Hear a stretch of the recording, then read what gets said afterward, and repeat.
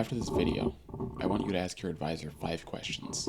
If they answer them clearly and directly, you're probably in good hands. But if they get vague, they get defensive, or they change the subject to something else, you may have a problem. I'm Noah Tillinghast, and I help retirees maximize their retirement income. There are many ways that advisors avoid. Like, the first question you should ask is, what's your plan to minimize my taxes in retirement? Not like, not a generic question like, how are we going to reduce my taxes in retirement? I mean that's a pretty good question, actually, but direct, to the point, not like next year, but throughout retirement, which might mean paying higher taxes next year, but you pay a lot less taxes in the future. The second is, when will I be able to retire? And if you're, this isn't so much that your advisor is hiding this from you, but if you want clarity on your retirement plan, this is a great question to ask. And if they know exactly when, and it's like 62 or 67, then great, you leave with more clarity.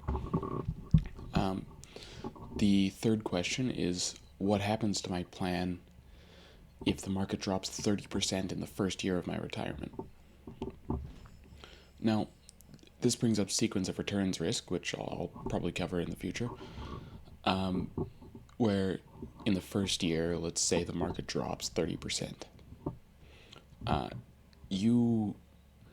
Let's say you withdraw 4% of your portfolio from that declined state. It's the equivalent of withdrawing 6%, actually, because you only have roughly 70% of what you originally started out with. So that's, if your advisor doesn't have a plan for that, which there's a strategy called the bucket strategy.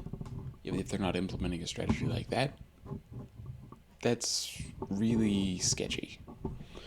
Now, the next is, how are you compensated? Does your advisor receive money through commissions? Are they incentivized to trade more? Or are they incentivized to increase your total amount of assets? What is the incentive? If you don't know that, then you're leaving a lot up to chance.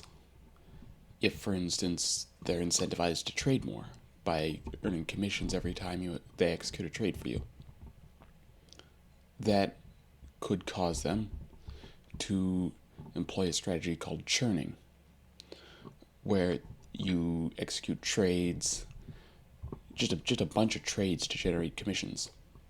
And it doesn't benefit the client, but benefits your own wallet. And the final question is, do you have a withdrawal strategy, or are we just guessing?